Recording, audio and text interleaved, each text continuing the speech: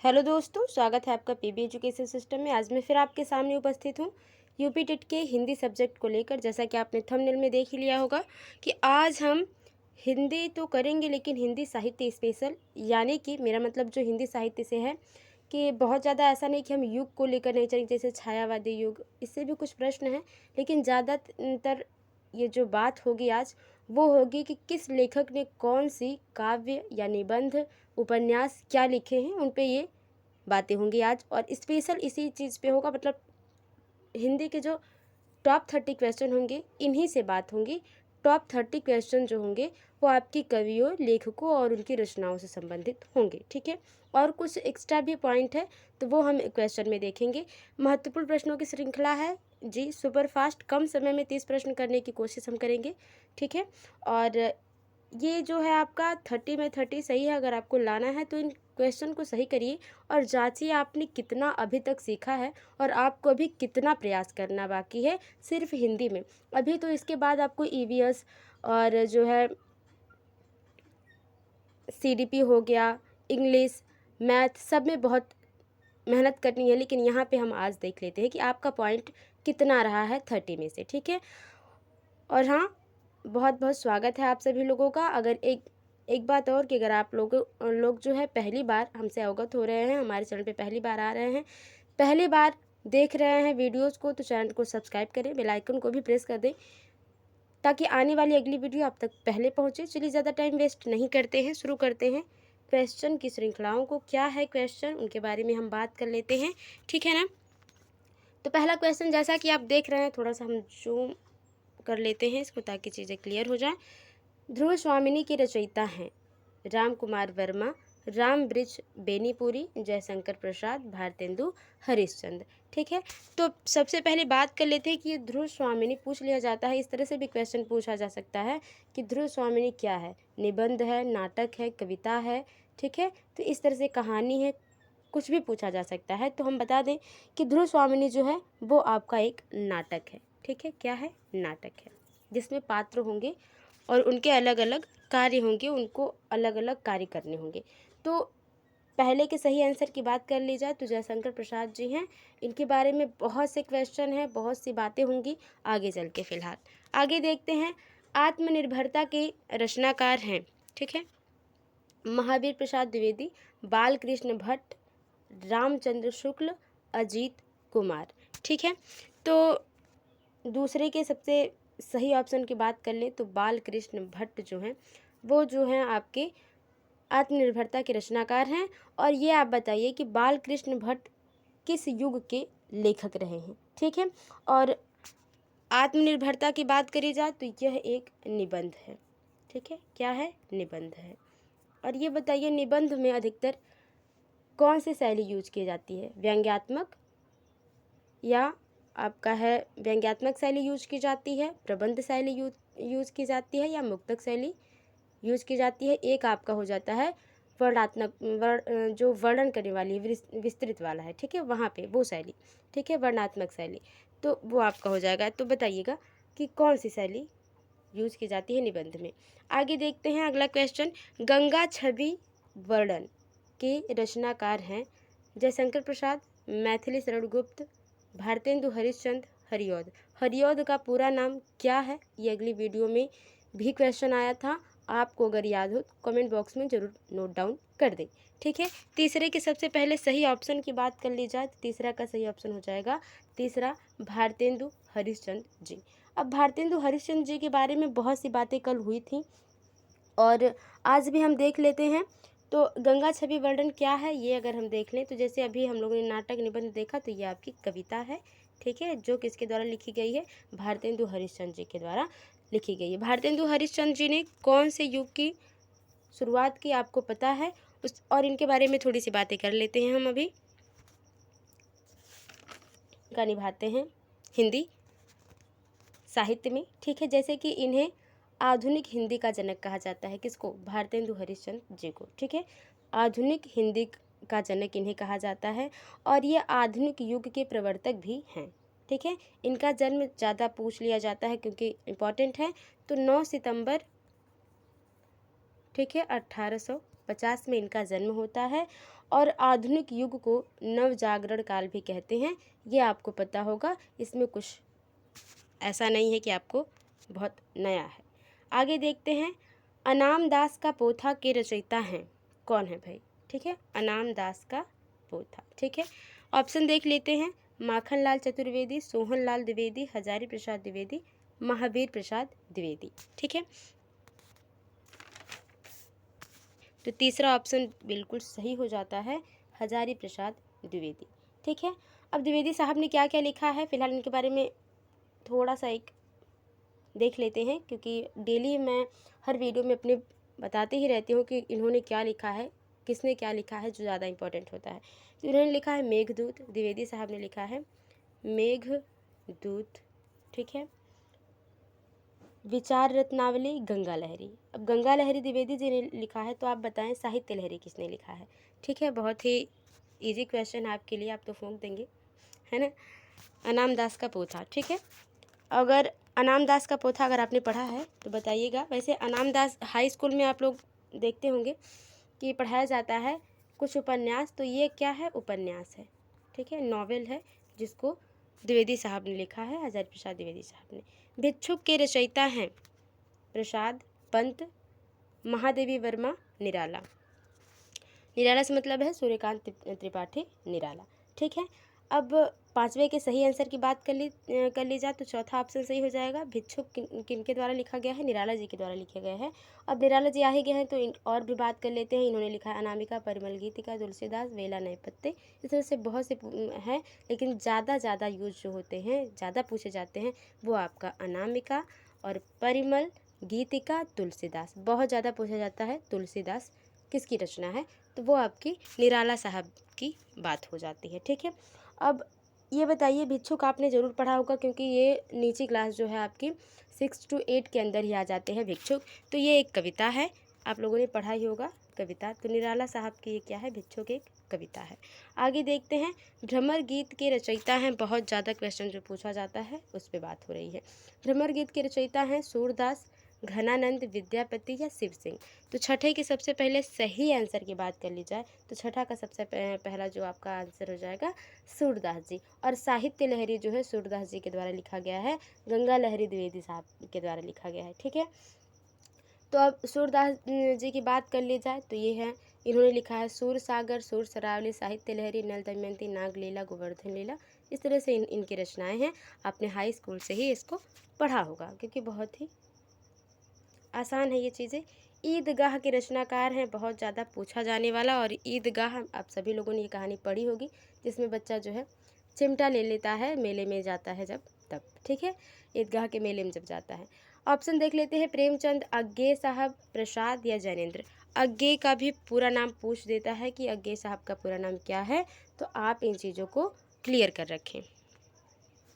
देख लेते हैं सही आंसर, तो सातवें का सही आंसर हो जाएगा पहला, प्रेमचंद्र जी ने। ये बहुत ही बड़ा योगदान रखते हैं, इनसे क्वेश्चन डेफिनेटली पूछा जाता है। तो चलिए बात कर लेते हैं, प्रेमचंद जी ने क्या लिखा है। जैसे कि इन्होंने ईदगाह लिखा है, जैसा क्वेश्चन में दिया है, और लिखा है गोदान, कफन, रंगभूमि, सेवा सदन, गबन, कर्मभूमि। बहुत ज़्यादा पूछा जाता है, जितना भी मैंने नाम लिया, चाहे गोदान हो, कफन हो, रंगभूमि हो, सेवा सदन हो, गबन हो, कर्मभूमि हो, ये सारे या ईदगाह बहुत ज़्यादा पूछा जाता है। इन पाँचों में से, छहों में से तो एक पूछ ही लेगा। ठीक है, अज्ञे साहब का पूरा नाम अगर आपको पता है तो ज़रूर बताएं। आगे देखते हैं, वीरों का कैसा हो बसंत के रचयिता हैं। अब ये बताइए, ईदगाह अगर आपने पढ़ी है तो ईदगाह क्या हो सकता है कि नहीं? ईदगाह क्या हो सकता है? कविता तो होगी नहीं, कहानी ही है। ठीक है ना। वीरों का कैसा हो बसंत के रचयिता हैं केदारनाथ सिंह, सुभद्रा कुमारी चौहान, अज्ञे साहब और धर्मवीर भारती। ठीक है ना। तो आठवें के सही आंसर की बात कर ली जाए, दूसरा ऑप्शन सही हो जाएगा, सुभद्रा कुमारी चौहान। चौहान जी ने लिखा है वीरों का कैसा हो बसंत। और आठवां जो आपका वीरों का कैसा हो बसंत, ये है आपका कविता है। देख के ही पता चल गया, क्योंकि आपने पढ़ा होगा ज़रूर। संदेश शासक के रचयिता हैं अमीर खुसरो, अब्दुल रहमान, रसनिधि, रश्दीन। नौवें के सही ऑप्शन की बात कर ली जाए तो नौवां का ऑप्शन जो हो जाएगा वो दूसरा ऑप्शन सही हो जाएगा, अब्दुल रहमान ने संदेश शासक लिखा है। अमीर खुसरो ने इतिहास में बहुत ज़्यादा फेमस क्या लिखा है उस पुस्तक का नाम जरूर लिखिएगा अगर आपको याद है तो। ठीक है, फिलहाल आगे चलते हैं। साखी के रचयिता हैं कौन?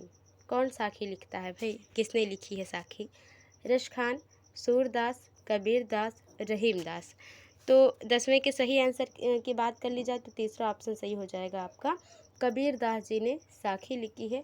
और कबीरदास जी ने बहुत कुछ लिखा है। इन्होंने लिखा है संवत, कबीर बीजक, बहुत ज़्यादा पूछा जाता है। ठीक है, याद रखिएगा। सूरदास जी ने क्या लिखा है इसके बारे में हम लोग बात कर लिए। सूर सागर, सूर सरावली, साहित्य लहरी, नल दमयंती, लाग लीला। ठीक है, इस तरह से। इनमें से कौन भक्ति काल का कवि नहीं है? नेगेटिव पूछा गया है। भक्ति काल के कवि जो नहीं है उनके बारे में बात करनी है। ऑप्शन देख लेते हैं पहले। नाभादास, रसखान, नंददास, अमीर खुसरो। ठीक है, तो ग्राह्य के सही ऑप्शन की सबसे पहले बात कर ली जाए तो चौथा ऑप्शन हो जाएगा सही, अमीर खुसरो नहीं है। ठीक है, और बाकी लोग क्या हैं? भक्तिकाल के कवि हैं। और भी देख लेते हैं भक्तिकाल के कौन कौन से कवि रहे हैं। जैसे भक्तिकाल दो चरणों में बट गया।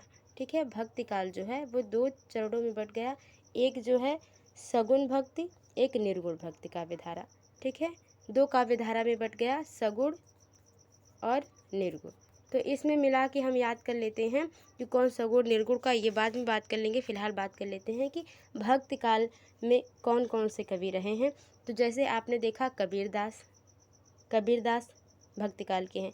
कबीरदास, तुलसीदास, जितने दास हैं ना लगभग वो भक्ति काल के ही हैं। जैसे कबीरदास, तुलसीदास, सूरदास, नंददास, कृष्णदास, परमानंद दास, कुंभन दास, मीराबाई आप जानते ही हैं, श्री भट्ट हैं, व्यास जी हैं, रसखान हैं, रहीम दास, चैतन्य महाप्रभु, हरिदास, ये लोग हैं। तो ज़्यादा इम्पोर्टेंट जो है जैसे कबीर, तुलसी, सूरदास, नंददास और कुंभन दास भी इम्पोर्टेंट हैं।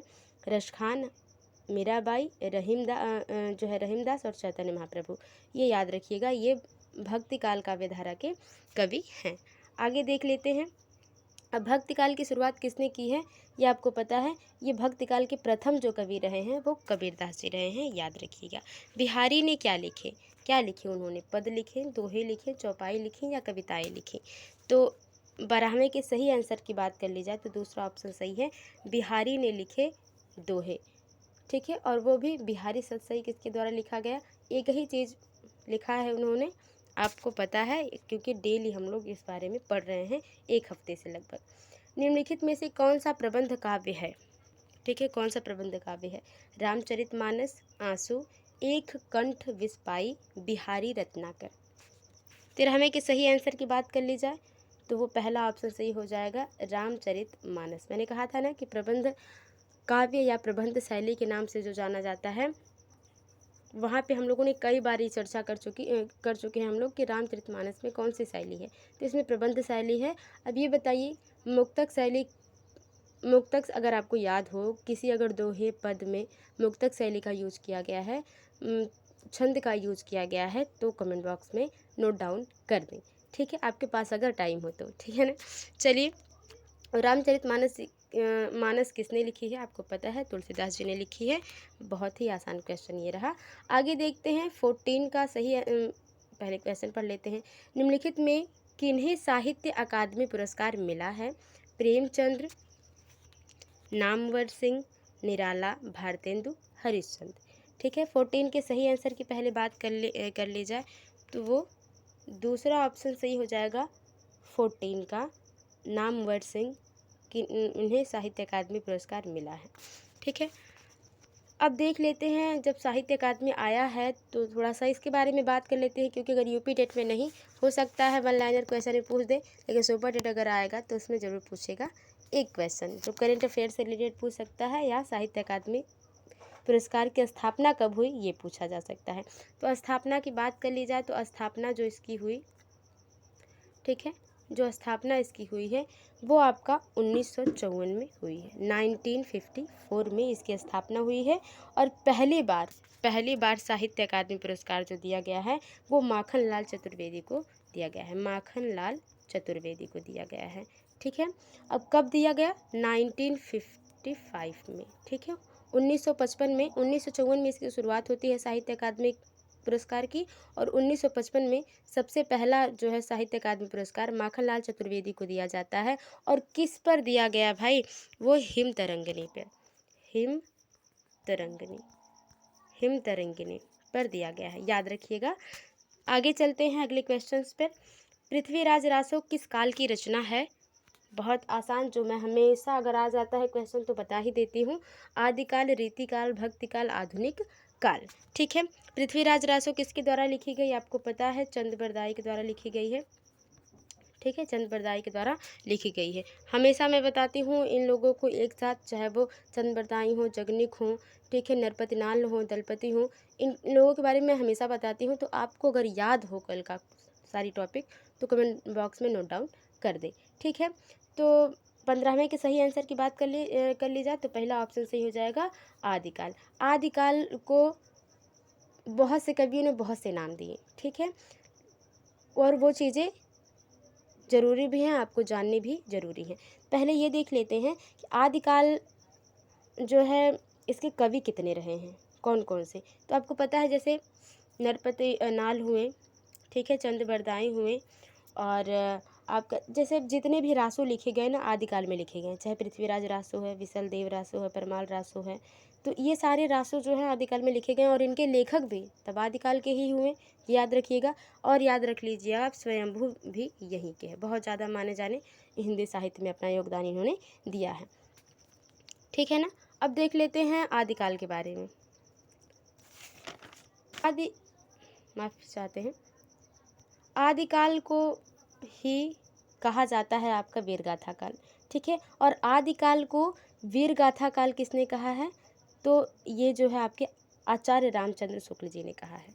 रामचंद्र शुक्ल जी ने कहा है आदिकाल को कौन सा काल? वीरगाथा काल। और विश्वनाथ प्रसाद जी ने इसे वीरकाल कहा। मिश्र बंधुओं ने इसे आरंभिक काल कहा, आधुनिक काल कहा। ठीक है, और आपके जैसे महावीर प्रसाद द्विवेदी जी हैं, इन्होंने लिखा है, इसको नाम दिया है आदिकाल को बीज वपन काल दिया। ठीक है, तो ये चीज़ें रहीं जो है वीरगाथा काल या आदिकाल के बारे में। और वीरगाथा काल या आदिकाल का प्रथम कवि जो हैं वो चंद बरदाई हैं, ये याद रखिएगा। और इसका प्रथम महाकाव्य जो है वो यही है आपका पृथ्वीराज रासो। एक साथ बहुत सारी क्वेश्चन पर हम बात कर चुके। आई होप आप जो चीज़ें हैं उन्हें आप नोट डाउन करेंगे। चलिए आगे चलते हैं। निम्नलिखित में कौन छायावादी कवि है? भारत भूषण अग्रवाल, तुलसीदास, सुमित्रा नंदन पंत, नागार्जुन। ऑप्शन की बात कर ली जाए सबसे पहले तो 16वें का जो सही ऑप्शन हो जाएगा वो हो जाएगा आपका तीसरा, सुमित्रा नंदन पंत। ये जो है छायावादी कवि हैं। अब छायावाद जो है कौन कौन से, बहुत सारे कवि हैं छायावादी में, ऐसी बात तो है नहीं कि सिर्फ यही है सुमित्रा नंदन पंत ही। तो देख लीजिए, सूर्यकांत त्रिपाठी निराला जी, यानी कि निराला जी भी छायावादी युग के हैं। और महादेवी वर्मा, सुमित्रा नंदन पंत, जैसा कि आप देख रहे हैं, माखनलाल चतुर्वेदी। ठीक है, जयशंकर प्रसाद, सबसे पहले जयशंकर प्रसाद। अब जब जयशंकर प्रसाद जो हैं ये भी छायावादी युग के ही हैं, तो इनकी जो रचना है आप जानते हैं झरना ना, झरना ये छायावादी युग की पहली रचना है। झरना क्या है? छायावादी युग की पहली रचना है। और छायावादी का महाकाव्य किसे माना जाता है? उसे जो है आपको कामायनी को छायावाद का महाकाव्य माना गया है। और छायावाद युग की स्थापना जो नाम दिया है वो इन्होंने दिया है आपके जयशंकर प्रसाद जी ने। तो ये बात रही अब तक। चलिए थोड़ा सा सुमित्रा नंदन पंत के बारे में, यही ऑप्शन सही था आपका, इनके बारे में देख लेते हैं। तो पंत जी ने अच्छी अच्छी चीज़ें लिखी हैं इन्होंने, जैसे सबसे ज़्यादा पूछा जाता है पल्लव, गुंजन, स्वर्ण किरण, ग्रंथि, वीणा, इस तरह से इन्होंने चीज़ों को लिखा है। आगे देखते हैं आत्मजयी के रचयिता हैं कौन है? श्रीकांत वर्मा, नरेश मेहता, कुंवर नारायण, मुक्तिबोध। तो 17 के सही ऑप्शन की बात कर ली जाए तो 17 का जो सही ऑप्शन है वो है आपका तीसरा, कुंवर नारायण जी। अब बताइए, मुक्तिबोध तो बहुत इंपॉर्टेंट है, इनके बारे में मैंने बहुत पहले बात की थी, अगर आपको याद है तो इनकी जो रचनाएं हैं वो एक बार नोट डाउन ज़रूर कर दीजिएगा। आगे चलते हैं। चांद का मुँह टेढ़ा है क्या है? ये रचयिता कौन है? चांद का मुँह टेढ़ा है जिन्होंने लिखा है वो भारतेंदु हरिश्चंद्र जी हैं। या भवानी प्रसाद मिश्र जी हैं, या मुक्ति बोध जी हैं, या गिरजा कुमार माथुर जी हैं। तो 18वें के सही ऑप्शन की बात कर ली जाए तो तीसरा ऑप्शन ही सही हो जाएगा, मुक्ति बोध। अब ये बता दीजिए कि चांद का मुँह टेढ़ा जो है ये क्या हो सकता है कि नहीं। जैसे हम लोगों ने अभी भी देखा कि ध्रुव स्वामिनी क्या है और आत्मनिर्भरता क्या है, तो इस तरह से चांद का मुँह टेढ़ा क्या हो सकता है। ठीक है, तो ये भी एक काव्य है, ये याद रखिएगा, ये काव्य है। ठीक है, अब मुक्ति बोध आ गए हैं तो उनकी उच्च रचनाओं के बारे में हम जान लेते हैं। इन्होंने बहुत ही अच्छा नाम दिया है अपनी काव्यों को, तो वो देख लेते हैं मुक्ति बोध। जैसे ये तो चांद का मुँह टेढ़ा, यही कुछ यूनिक है, बहुत यूनिक है कि नहीं। और अंधेरे में, ठीक है, अंधेरे में भी इन्होंने ही लिखा है, अंधेरे में, और लिखा है डूबता चांद कब डूबेगा। आप ही सोचिए, क्या ही मतलब लाइन, क्या मतलब, भूल ही नहीं सकता। डूबता चांद कब डूबेगा, पक्षी और दीमक, इस तरह से इन्होंने लिखा है। मैं तुम लोगों से दूर हूँ, ये भी शायद इन्होंने ही लिखा है जी, बिल्कुल ही इन्होंने ही लिखा है। आगे देखते हैं अगला क्वेश्चन। रामलला नेहचू के रचनाकार हैं, बहुत ज़्यादा, मतलब अब तक तो पूछा नहीं गया फ़िलहाल, लेकिन इनके जो रचनाकार हैं उनसे क्वेश्चन बना है, तो वो बात कर लेंगे हम। तो ऑप्शन देख लेते हैं, रत्नाकर, रैदास, तुलसीदास, घनानंद। सही ऑप्शन की बात कर लें, जो आपका सही ऑप्शन हो जाएगा वो हो जाएगा तीसरा, तुलसीदास जी ने। अब जैसे जैसे इनके बारे में हम लोगों ने पढ़ा, तुलसीदास जी ने क्या लिखा, रामचरितमानस लिखा, किस शैली में लिखा, प्रबंध शैली में लिखा, यह आप जानते हैं। प्रबंध शैली क्या है मैं बताई हूँ बहुत बार, अगर आपको याद है तो कमेंट बॉक्स में नोट डाउन करें, अगर आपके पास टाइम हो तो। ठीक है, तुलसीदास किसने लिखा है, ये भी हम लोगों ने बात कर ली कि तुलसीदास निराला जी ने लिखा है, ये बात हो चुकी।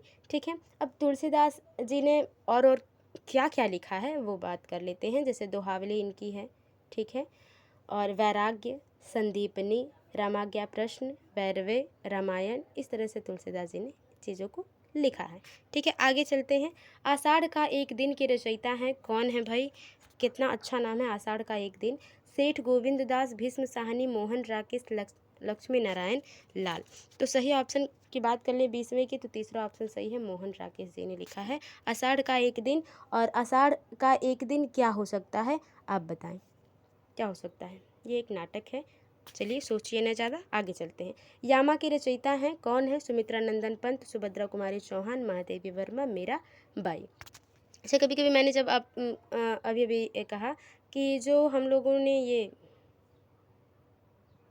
आषाढ़ का एक दिन देखा है, वो हम लोगों ने जैसे कविता, वो जो है नाटक हम लोगों ने जैसे पढ़ा है, ठीक है, तो हम सोचने लगते हैं कि हाँ पढ़ा तो है यार, याद नहीं आ रहा। ये जो सिचुएशन है वो इस टाइम जो अभी अभी हुई होगी आपकी, वो एग्ज़ाम के टाइम में बहुत होती है ना, हर 1 मिनट के बाद पढ़ा तो है याद नहीं आ रहा है। वो कन्फ्यूज़न दूर करने के लिए आप हमसे जुड़िए, हम आपके सारे कन्फ्यूज़न को दूर करेंगे, कुछ कन्फ्यूज़न आपके लिए छोड़ के जाएंगे, ताकि मैं जब मानती हूँ कि अगर हम खुद से चीज़ों को ढूंढते हैं तो वो बहुत नई चीज़ों को ढूंढ लेते हैं हम, जब किसी एक नई चीज़ को हम ढूंढते हैं। तो यामा के रचयिता कौन है, तो 21 के सही आंसर की बात कर ली जाए, तीसरा जो ऑप्शन सही हो जाएगा, महादेवी वर्मा जी हैं। और हाँ, महादेवी वर्मा जी से एक बहुत ही अच्छा जो है प्रश्न ये है कि महादेवी वर्मा जो छायावादी युग के हैं, और ये अपने लेखक छायावादी युग में अपने लेखनी के लिए बहुत प्रसिद्ध है कि इन्होंने किस प्रकार से चीज़ों को लिखा है, बहुत प्रसिद्ध है। ठीक है, तो यामा के रचयिता महादेवी वर्मा जी हैं। और वर्मा जी ने क्या क्या लिखा है उसके बारे में बात कर लेते हैं। जैसे निहार, रश्मि रथी नहीं, रश्मि रथी तो जो है दिनकर साहब ने लिखा है। ठीक है, तो रश्मि, निर्जा, अग्निरेखा, स्वर्ण रेखा, इस तरह से इन सब चीज़ों को महादेवी वर्मा जी ने लिखा है। पंत जी ने क्या लिखा है इसके बारे में हम बात कर चुके हैं। संसद से सड़क तक के रचनाकार हैं श्रीकांत वर्मा, सुदामा पांडे धूमिल, अज्ञे, रघुवीर सहाय। तो 22 के सही आंसर की बात कर ली जाए, दूसरा ऑप्शन सही हो जाएगा, सुदामा पांडे धूमिल। ठीक है, संसद से सड़क तक, ये बात रही, संसद से सड़क तक। आगे देखते हैं, चीफ की दावत के रचनाकार हैं डॉक्टर देवराज, राजेंद्र यादव, भीष्म साहनी, दुष्यंत कुमार। 23 के सही ऑप्शन की बात कर ले सबसे पहले, तो तीसरा ऑप्शन सही हो जाएगा, भीष्म साहनी। भीष्म साहनी किसके लिए प्रसिद्ध हैं, आपको अगर याद हो तो जरूर बताएं। तो चीफ की दावत क्या हो सकती है, ये एक कहानी है, कहानी, ठीक है, ना ही ये काव्य है ना ही ये कविता है, ये एक कहानी है, याद रखिएगा। सर्कस के रचनाकार हैं यशपाल, अमृतलाल नागर, मन्नू भंडारी, संजीव। तो 24 के सही आंसर की बात सबसे पहले कर लें तो चौथा ऑप्शन सही है, संजीव जी ने सर्कस लिखा है, इसकी रचना की है। और सर्कस क्या है, ये भी एक क्या है, नॉवेल है, कहने का मतलब है उपन्यास है। आगे देखते हैं, अगले क्वेश्चन पे चलते हैं। रंगभूमि के रचनाकार है, क्या ही अभी को क्वेश्चन आया है कि नहीं, हम लोगों ने अभी अभी जो बात की है। राजेंद्र प्रसाद, रागेय राघव, प्रेमचंद्र, अमरकांत। तो रंगभूमि किसने लिखी है, ये रचना किसने की है, आप लोगों ने देख के ही बता ही दिया होगा। 25 के सही आंसर की बात करें तो तीसरा ऑप्शन सही हो जाएगा, प्रेमचंद। इनके बारे में अभी भी हम लोगों ने बात की है कि प्रेमचंद ने क्या क्या लिखा। उन्हें गोदान, ईदगाह, कफन, रंगभूमि, सेवा सदन, गबन, कर्मभूमि, इस तरह से चीज़ों को लिखा है। प्रेम सागर के लेखक कौन है, ईसा अल्लाह खां, लल्लू लाल, मुंशी प्रेमचंद या मुंशी सदा सुखलाल। तो 26 के सही आंसर की बात कर ली जाए तो 26 का जो सही आंसर है वो दूसरा हो जाएगा, लल्लू लाल जी ने प्रेम सागर लिखा है। ठीक है, आगे देखते हैं, तुलसी जी ने अपनी रचनाओं में किसका वर्णन किया, शिव का, कृष्ण का, राम का या विष्णु का। 27 के सही ऑप्शन की बात कर ली जाए तो तीसरा ऑप्शन सही है, राम का। इन्होंने राम के ऊपर ही रामचरितमानस की रचना कर दी है, तुलसीदास जी ने ही। ठीक है, तो ये चीज़ याद रखिएगा कि कितना आसान था, आपको पता रहा होगा। त्याग पत्र किसकी रचना है, प्रेमचंद जी की, जैनेन्द्र कुमार अज्ञे साहब की, रेणु की। ठीक है, फंडीश्वर नाथ रेणु, तो यहाँ पे सिर्फ रेणु की बात कही गई है, फंडीश्वर नाथ रेणु इनका पूरा नाम है। तो 28 के सही आंसर की बात कर ली जाए, दूसरा ऑप्शन सही हो जाएगा। अब रेणु जी ने क्या लिखा है, इन्होंने बहुत अच्छी चीज़ें, जैसे एक ही मुझे नहीं भूलता मैला आंचल, क्या ही मतलब लिखा है इन्होंने, मैला आंचल, नाम ही इतना सुंदर है, कहानी कितनी सुंदर होगी, है कि नहीं, जुलूस, इस तरह से इन्होंने लिखा है। मुझे जो याद था, मैला आंचल और जुलूस, मैंने आपको बता दिया। ठीक है, और प्रेमचंद जी के बारे में क्या ही कहें, अज्ञे साहब के बारे में अगर चाहें तो कुछ बात हो जाए, लेकिन बहुत बार बात किए हैं इसलिए थोड़ा सा सोच रहे हैं कि ज़्यादा टाइम वेस्ट न किया जाए। आगे देखते हैं, ज्ञानपीठ पुरस्कार पाने वाले हिंदी के प्रथम साहित्यकार हैं सुमित्रा नंदन पंत, रामधारी सिंह दिनकर, अज्ञे महादेवी वर्मा जी। ठीक है, तो 29 के सही ऑप्शन की बात कर ली जाए, पहला ऑप्शन सही हो जाएगा, पंत जी हैं। और पंत जी ने क्या लिखा है, हम लोग बात कर चुके हैं, ग्रंथि वीणा, पल्लव, गुंजन, स्वर्ण किरण, इस तरह से इन्होंने लिखा है सुमित्रा नंदन पंत ने। रामधारी सिंह दिनकर, दिनकर जी बहुत ज़्यादा इम्पॉर्टेंट हैं। इनकी जो है, इनकी जो है लेखनी में आपको मिलेगा वीर रस, ये याद रखिएगा, इससे भी क्वेश्चन पूछ देता है दिनकर साहब। और दिनकर साहब को ज्ञानपीठ पुरस्कार कब मिला था, 1972 में मिला था। ठीक है, ये याद रखिएगा, 1972 में मिला था। और इन्होंने क्या क्या लिखा है, इन्होंने उर्वशी लिखी जो आपको याद है, रश्मि रथी, रेणुका, हुंकार, संस्कृति के 4 अध्याय, नीम के पत्ते, इस तरह से इन्होंने लिखा है। और इन्हें युग चारण या काल के चारण की उपाधि या संज्ञा दी जाती है, ये याद रखिएगा। विनय पत्रिका के रचयिता कौन है, सूरदास, कबीरदास, तुलसीदास, केशवदास। 30 के सही आंसर की बात कर ली जाए तो तीसरे का सही ऑप्शन हो जाएगा, तीसरा ऑप्शन ही सही हो जाएगा। विनय पत्रिका की रचना जो है इन्होंने तुलसीदास जी ने की है। और विनय पत्रिका क्या हो सकती है, ये आपके लिए छोड़ के जा रहे हैं हम, कन्फ्यूजन, इसको दूर करिए। कमेंट बॉक्स में बताइए कि आपने एक चीज़ ढूंढने के बदले में क्या नया सीखा है। इसका आंसर तो सबको पता होगा, मैं जानती हूँ। ठीक है, ये थे टॉप 30 क्वेश्चन हिंदी साहित्य से। आई होप आपको पसंद आए होंगे। अगर आपके लिए वीडियो थोड़ी सी भी हेल्पफुल लगी हो तो वीडियो को लाइक करें, शेयर करें और कमेंट बॉक्स में बताएं वीडियो कैसी लगी। चैनल को सब्सक्राइब कर लें। मिलते हैं आपसे अगली वीडियो में, तब तक के लिए bye bye and take care. Best of luck for your preparation. Thank you.